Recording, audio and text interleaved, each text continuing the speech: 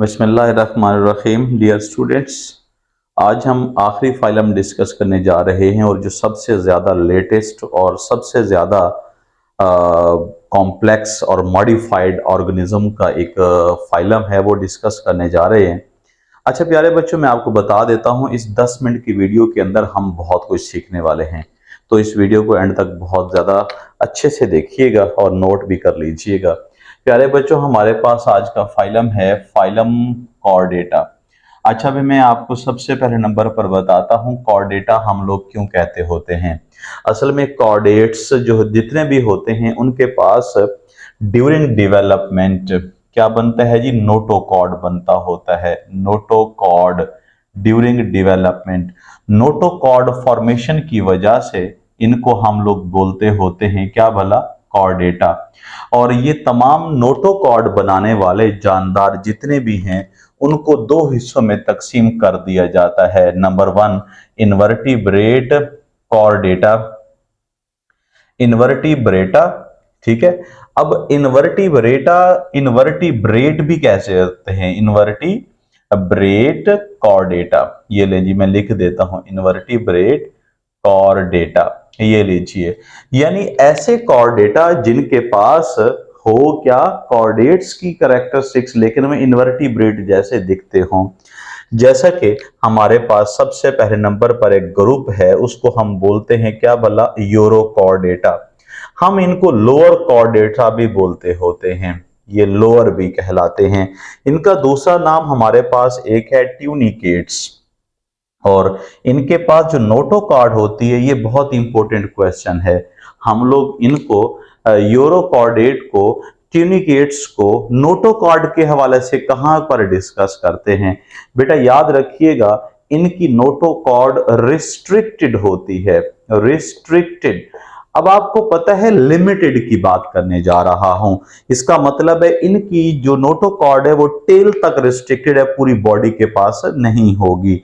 दूसरे नंबर पे इनका बॉडी जो है वो अनसेगमेंटेड होता है और इनके पास एग्जांपल है हर्डमानिया, ठीक है जी, हर्डमानिया, ये इनके एग्जांपल में शुमार किए जाते हैं। अच्छा बच्चों, नेक्स्ट इनका दूसरा एक ग्रुप है, उसका नाम है सिफेलोकॉर्डेटा। और जब भी कभी बेटे सिफेलो का जिक्र होता है, हम इसको आमतौर पर ब्रेन से भी रिलेट करते हैं, स्पाइनल कॉर्ड से भी रिलेट करते हैं। तो इनके पास जो नोटोकॉर्ड है वो क्या होता है, इलोंगेट होता है, यानी कि मैं कह सकता हूं पूरी बॉडी के साथ जुड़ा हुआ होता है, इलोंगेट। इसका मतलब है टॉप टू एंड तक पूरी बॉडी के साथ ये जुड़ा हुआ होता है। और दूसरी बात सबसे important, through out the life रहता है और इनकी एग्जांपल में शुमार है एम्फियोक्सस। तो इस टाइम हमने लोअर कॉर्डेटा के दो ग्रुप पढ़े हैं, यूरोकॉर्डेटा और सिफेलोकॉर्डेटा। फिर हम चलते हैं वर्टिब्रेट कॉर्डेटा। अब वर्टिब्रेट कॉर्डेटा को हम लोग वर्टिब्रेट कॉर्डेटा क्यों कहते हैं प्यारे बच्चों, इसको हम लोग वर्टिब्रेट कॉर्डेटा वर्टिब्रल कॉलम की वजह से कहते हैं। इसका मतलब है यहां पर इनके पास जो ब्रेन और स्पाइनल कॉर्ड है, ब्रेन प्लस स्पाइनल कॉर्ड, ये दोनों चीजें बेटे क्या होती हैं, प्रोटेक्टेड बाय, ये दोनों चीजें प्रोटेक्टेड होती हैं किससे भला, बोन्स के साथ।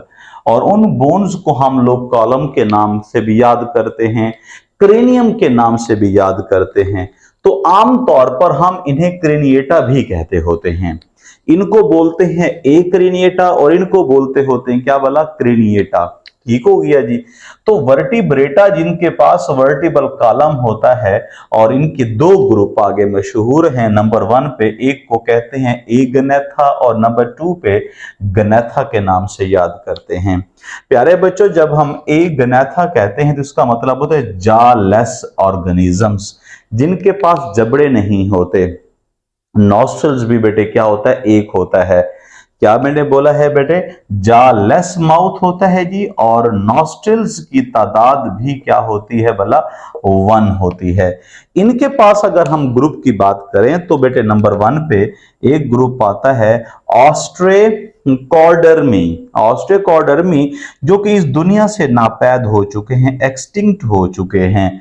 लेकिन दूसरा साइक्लोस्टोमेटा, जिसके एग्जांपल है जी क्या, पेट्रोमाइजोन, और इसके अलावा ये तमाम के तमाम कार्टिलेजिनस फिश होती हैं, कार्टिलेजन की बनी हुई, इनका एंडोस्केलेटन होता है और इनके दिल का चैम्बर 2 होते हैं। ये सबसे इंपॉर्टेंट पॉइंट है। नेक्स्ट बेटे हमारे पास है जी गनेथा, ये बियर करते हैं जा को, ये जबड़े अपने पास रखते हैं, यानी जार्ड फिश भी कहलाते हैं। और इनके पास नॉस्ट्रिल्स बेटे 2 होते हैं, 2 नॉस्ट्रिल्स। अच्छा जी, इन गनेथन को हम 2 मेन क्लासेस में, इसे हम मेजर क्लास का नाम भी देते होते हैं, इसे हम सुपर क्लास का नाम भी देते हैं, मेजर क्लास या फिर सुपर क्लास, सुपर क्लासेस। बेटे ये 2 होती हैं, एक को बोलते हैं पाइसेस यानी फिशिस और दूसरे को बोलते हैं टेट्रापोडा। ये हमारे पास 2 मेन सुपर क्लासेस हैं। अब पाइसेस जिनको हम फिश बोल रहे हैं, इनके मजीद आगे 3 ग्रुप्स हैं। प्यारे बच्चों याद रखिएगा, नंबर 1 पे ऐसे जिनकी बॉडी कार्टिलेज की बनी होती है, कॉन्ड्रिक थाइज कहलाते हैं, यानी कार्टिलेजिनस फिशेस कॉन्ड्रिक थाइज, जिसमें एग्जांपल है शार्क की। और दूसरे नंबर पे है पैलोकोडर्मी, ये हमारे पास वो फिश हैं जो प्री हिस्टोरिक होती थी, इनकी बॉडी के पास भी स्केलेटन है लेकिन प्री हिस्टोरिक हैं, इसलिए इनका एक एग्जांपल दिखा है जो आप सुन लीजिएगा, डंक्लियोस्टियस। अब उसके बाद नंबर 3 पे हमारे पास है जी ऐसी फिश जिनके पास हड्डियां होती हैं, बोनी फिशेस, ऑस्टिक थाइज कहलाती हैं, लेबोरोहिटा है और रे फिशेस में शामिल हैं। प्यारे बच्चों टेट्रापोडा वेरी इंपॉर्टेंट ग्रुप होता है। टेट्रापोडा के पास आमतौर पर दिल के 3 से 4 चैम्बर होते हैं। इनकी क्लास नंबर 1 अगर मैं लिखूं तो एम्फीबियन, क्लास नंबर 2 रेप्टाइल और क्लास नंबर 3 हमारे पास एवीज और क्लास नंबर 4 जो है वो मैमल्स कहलाते हैं। देखो बच्चों, जब एम्फीबियन की बात करते हैं तो एम्फीबियन आमतौर पर एक्टोथर्मिक होते हैं। अब एक्टोथर्मिक एक करैक्टरिस्टिक है और इस करैक्टरिस्टिक की वजह से हम कहते हैं ये अपनी बॉडी की हीट प्रोड्यूस तो करेंगे लेकिन इन्वायरमेंट के साथ रिलीज कर देंगे और अपनी बॉडी की टेम्परेचर को मेंटेन करने के लिए इन्वायरमेंट से दोबारा इंटरेक्ट करेंगे। तो ये एक्टोथर्मिक होते हैं और हर एक्टोथर्मिक एम्फीबियन जो है वो आमतौर पर कहलाता है पोइकिलोथर्म, पोइकिलोथर्म कहलाता होता है। और दूसरे नंबर पे क्लास है रेप्टाइल्स। अब इसका मतलब मैं आपको थोड़ा सा यूं क्लियर करता चलूं प्यारे बच्चों, ये जितने भी एम्फीबियन होते हैं उनके अंदर डेवलपमेंट जब होती है, डेवलपमेंट के बाद एवोल्यूशन के बाद रेप्टाइल्स बनते हैं। सो रेप्टाइल के एंसेस्टर कौन है प्यारे बच्चों? एम्फीबियंस। तो रेप्टाइल खुद कौन है भला? एक्टोथर्मिक होते हैं, ये अपनी बॉडी की हीट एम्फीबियन की तरह एक्सचेंज करते हैं। सिमिलरली इनको भी हम लोग पोइकिलोथर्म का नाम देते हैं। अब ये भी अपनी बॉडी का टेम्परेचर जो है वो बाहर से मेंटेन करने की कोशिश करते हैं, लेकिन इनके लिए सबसे इंपॉर्टेंट पॉइंट है, मैंने ये बना दिया है, इनके पास एमनियन लेयर होती है। देखो प्यारे बच्चों, ये एक यंग वन है जिसे हम लोग फीटस का नाम भी बोलते हैं।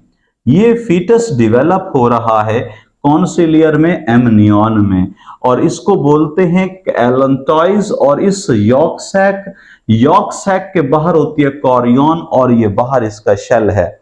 प्यारे बच्चों, जो रेप्टाइल्स होते हैं ये हमेशा सेक्सुअल रिप्रोडक्शन करने के बाद इंटरनल फर्टिलाइजेशन करते होते हैं और ये होते हैं ओवीपेरस। लिख देता हूं, इनको हम लोग ओवीपेरस के नाम से भी याद करते होते हैं। अच्छा, फिर हमारे पास है एवीज जिनको बर्ड्स बोलते हैं। प्यारे बच्चों, रेप्टाइल के यहाँ सबसे इंपॉर्टेंट एवोल्यूशन जो हुआ था, रेप्टाइल ने 2 तरह की एवोल्यूशन की थी। नंबर 1 पे रेप्टाइल ने एवॉल्व करके बर्ड्स को यानी एवीज को बनाया था, और किसको बनाया था प्यारे बच्चों? मैमल्स को भी बनाया था। तो ये इनका एवोल्यूशनरी ट्री भी है। हम कह सकते हैं मैमल का और बर्ड का एंसेस्टर कौन है, रेप्टाइल, और रेप्टाइल का एंसेस्टर कौन है, एम्फीबियन। सो प्यारे बच्चों, रेप्टाइल ने जब एवीज को बेटे पैदा किया यानी इवॉल्व किया, तो ये एक वाहिद करैक्टर है जो एंडोथर्मिक होते हैं। अगर ये एंडोथर्मिक हैं तो हम इन्हें क्या कहते हैं, होमियोथर्म्स।